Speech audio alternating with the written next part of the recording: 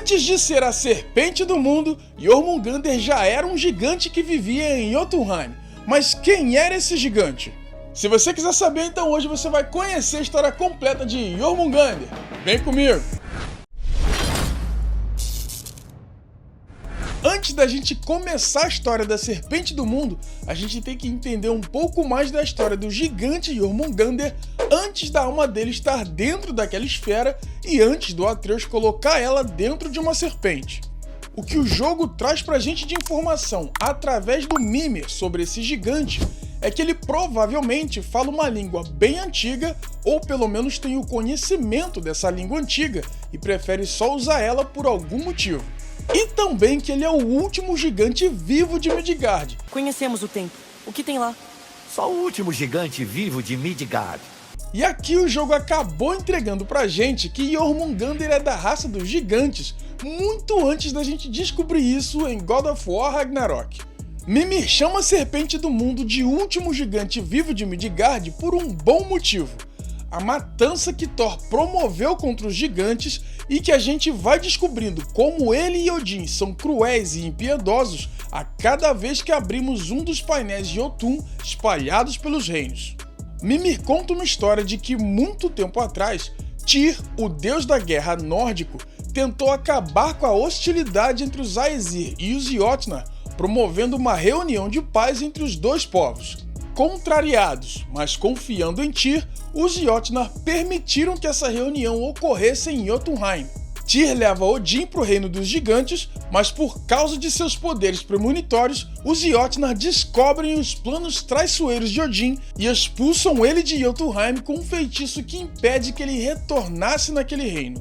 Mas como havia gigantes que viviam em Jotunheim e outros que viviam em Midgard, como sugere esse diálogo entre Angrboda e Atreus, os incidentes de Midgard são estranhos. Odin direcionou sua fúria contra todos os gigantes que viviam em Midgard e mandou Thor matar todos eles. É por isso que Mimir diz que Jormungandr é o último gigante vivo de Midgard. Agora, com o lançamento do Ragnarok, a gente sabe também que Jormungandr não vivia em Midgard e foi um dos gigantes que colocou sua alma dentro de uma esfera para fugir da cólera dos deuses Aesir e encontrar a paz novamente. Agora sim, essa é a história da Serpente do Mundo Jormungandr. Bom, a gente já sabe que Atreus recebeu de Angrboda essas esferas com as almas dos gigantes e usou uma delas para dar vida novamente ao gigante Jormungandr, mas agora através de uma serpente. Depois disso, imediatamente e sem dizer uma só palavra, Jormungandr parte em direção a algum objetivo que tem relação com o aparecimento dele em Asgard, já em um tamanho gigantesco. E aqui temos duas questões. A primeira é como ele viajou de Jotunheim para Asgard, coisa que deixou até o Mimir curioso. Mas ele não veio com a gente de Midgard. Curioso! E a outra é por que ele estava em uma forma tão gigantesca comparando com o tamanho de quando ele estava em Jotunheim. Ele pode ter chegado em Asgard de 3 formas diferentes. Através da Gjallarhor, que foi o jeito que a galera de todos os outros reinos também utilizou, através de uma fenda aberta por Fenrir, que foi o mesmo jeito que Angrboda utilizou para chegar até lá, ou através de alguma outra esfera do mesmo jeito que Atreus fez para entrar e sair do Bosque de Ferro. E com relação ao tamanho dele, a Santa Mônica já mostrou pra gente desde o primeiro game que nem todos os gigantes são literalmente gigantes, alguns têm tamanho de pessoas normais. Mas eu acho que isso aí é uma espécie de poder, e assim como nem todos os Jotnar podem ter visões, nem todos eles podem ter esse poder. Digo isso com base no primeiro lobo que vemos quando chegamos no Bosque de Ferro. Ele está gigante, mas depois simplesmente diminui de tamanho. Outro exemplo pode ser o próprio Ragnarok, uma transformação do gigante Surtur, que não era um gigante tão gigante assim. Em 2018, Mimir diz que Surtur estava forjando uma espada para usar no Ragnarok.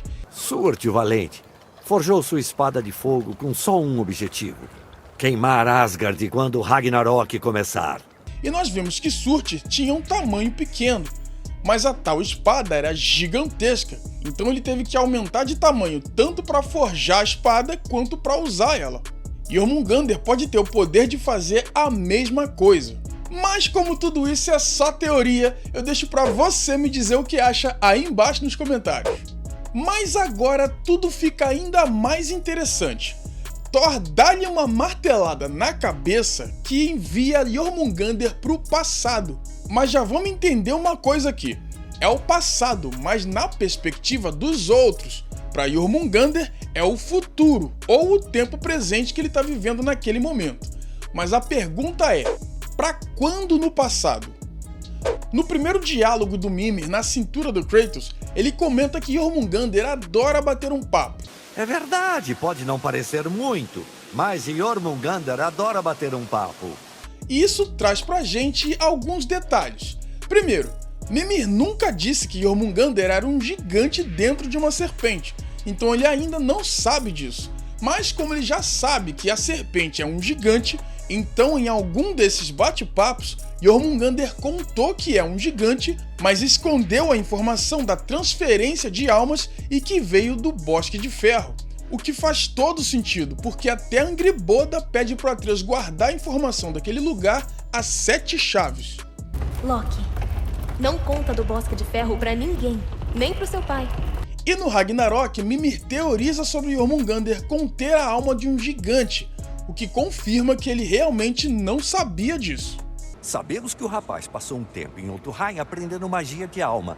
Talvez a serpente tenha algo a ver. Quer dizer que o Atreus colocou a alma de outro gigante nele? Exato!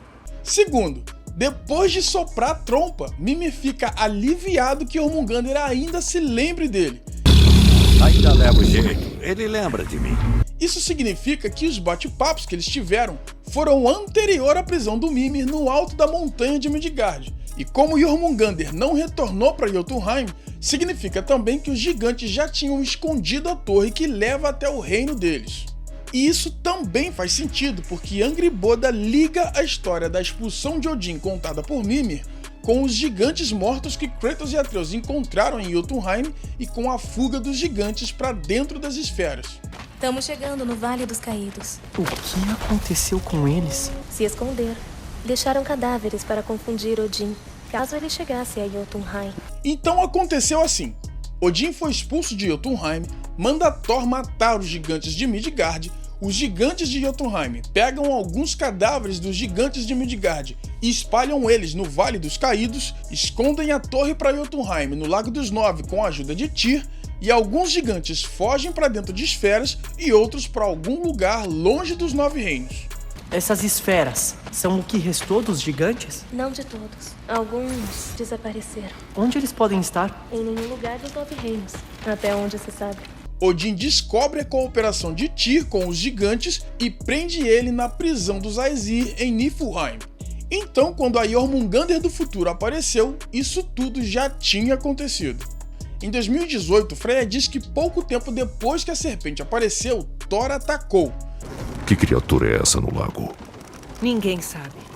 Surgiu inesperadamente. Pouco depois, Thor atacou. E no Ragnarok, quando eles teorizam isso tudo, ela diz que poderia ser a alma de alguém que já odiava o Thor. Quer dizer que o Atreus colocou a alma de outro gigante nele? Alguém que já odiava o Thor? Meu palpite é que quando a serpente do futuro apareceu no passado, Odin mandou Thor investigar o que era aquela criatura. Mas como Jormungandr já tinha um ódio mortal do Thor pelo que ele fez com os gigantes, assim que ele viu o deus Aesir, ele atacou imediatamente e uma batalha começou. Pro Thor era a primeira vez, mas para Jormungandr era a segunda vez que eles lutavam. A batalha acaba dando empate, mas isso mostra como Jormungandr é um gigante extremamente poderoso, porque Thor matou com facilidade tudo que foi gigante. Avisem aí que o Deus do Trovão só serve para 2 coisas: matar gigantes e mijar hidromel! Mas a Serpente do Mundo lutou contra ele 2 vezes e ficou viva para contar a história. Mimir chega a dizer que a língua falada pela serpente é mais antiga que as montanhas de Midgard. Então pode até ser que Jormungandr seja um gigante que viveu em um tempo não muito depois da morte de Ymir, o primeiro gigante. E aparentemente, quanto mais antigo o gigante, assim como Surtur, mais poderoso ele é. Algum tempo depois da chegada da Jormungandr do futuro, Odin também acaba desconfiando da cooperação de Mimir com os gigantes, arranca dele um olho e prende ele em uma árvore no topo da montanha mais alta de Midgard. Como Jormungandr fala uma língua morta que só o Mimir podia compreender e agora não tem ninguém nem para conversar, ela acaba indo adormecer no fundo do Lago dos Nove por 150 invernos, já que esse é o período que Freya diz que o templo está submerso depois que Kratos e Atreus despertaram a serpente.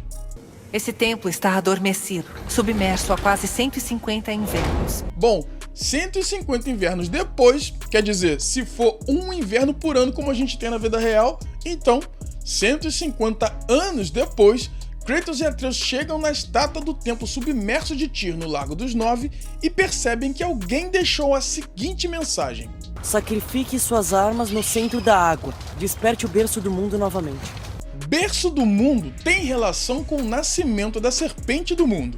E a palavra novamente no fim dessa frase tem relação com Atreus despertando Jormungandr pela segunda vez na perspectiva da serpente. Um detalhe bacana é que quando a serpente é despertada, ela diz alguma coisa para Atreus, e a Santa Mônica divulgou as runas do que Jormungandr fala naquele momento. A galera da internet traduziu tudo e a frase é a seguinte: estamos quase prontos para viajarmos juntos. Então isso significa que Jormungandr já esperava ser despertada daquele jeito. Por isso ela não ataca um cara que acabou de tacar um machado na cara dela. Mas desde quando será que ela já sabia disso? Existe um conhecimento sobre os gigantes no Códice de 2018 chamado O Retorno da Guardiã. E um trecho diz o seguinte: podemos prever o destino de Midgard, invadido, um segundo réu. Odin e seus mortos não podem ter acesso a Jotunheim. As vias devem ser fechadas. A serpente e o guardião permaneceram. Essa frase parece ter sido escrita durante o período em que eles estavam escondendo a torre de Jotunheim e que Laufey já havia partido de seu reino para viver em Midgard. A serpente já sabemos que é Jormungandr. Já a guardiã, segundo Sindri, é a própria Laufey. Ah, a gente sabia que a Fey era a última guardiã dos Jotnar em Midgard. E quando Atreus coloca a alma do gigante Jormungandr dentro da serpente, ela simplesmente vai embora sem dizer nada, fazendo parecer que Jormungandr já sabia o que tinha que fazer daquele momento em diante. O painel dos gigantes nas paredes do templo de Jotunheim mostram o primeiro encontro de Kratos e Atreus com a serpente do mundo no Lago dos Nove. Somos nós. Quando conhecemos a serpente do mundo. E agora sabemos que Jormungandr era um gigante que vivia em Jotunheim e com certeza conhecia toda essa profecia. Então antes mesmo de colocar sua alma em uma esfera, ele já tinha aceitado seu futuro e já sabia tudo o que tinha que fazer, que seria lutar com Thor, voltar no tempo, adormecer no fundo do Lago dos Nove e esperar até ser despertado pelo campeão dos Jotnar. Então, Jormungandr já sabia que um dia seria a serpente do mundo e que teria que ajudar um guerreiro tatuado e o jovem campeão dos gigantes. Muitos gigantes acham bonito descobrir e seguir o próprio caminho. Lembrando que foi Jormungandr que fala para Atreus sobre o Bosque de Ferro. Bosque de ferro? O que é isso? Fazendo com que ele ficasse com isso martelando na cabeça e viajasse até lá segurando uma das esferas dos gigantes. Agora, quem será que deixou essa mensagem na estátua do templo de Tyr, que de certa forma guiou Atreus e Kratos para sacrificarem uma arma que era de fácil recuperação em um ponto específico do lago e que fizesse a serpente colocar a cara para fora novamente depois de 150 anos adormecida? Vale lembrar que sem essa mensagem ali, eles não saberiam o que fazer, mas fazendo o que a mensagem orientou, possibilitou que eles chegassem na sala de viagem entre reinos e depois que Jormungandr ajudasse eles a chegarem na torre escondida de Jotunheim. Qual o seu palpite sobre a autoria daquela importantíssima frase? Já vou logo dizendo que eu acho que foi Laufey, hein? Inclusive é sobre ela o próximo vídeo aqui do canal, antes dela morrer, antes do Atreus nascer, muito antes do Kratos chegar na mitologia nórdica. Eu vou contar pra você a história completa da Laufey e sem muita teoria, hein? Só informação oficial. Não quer perder esse vídeo? É só clicar aqui no logo do Game Generations e se inscrever ativando o sininho para ser notificado assim que o vídeo for lançado. Obrigado por você ter ficado comigo até aqui. A gente se vê no próximo vídeo. Valeu!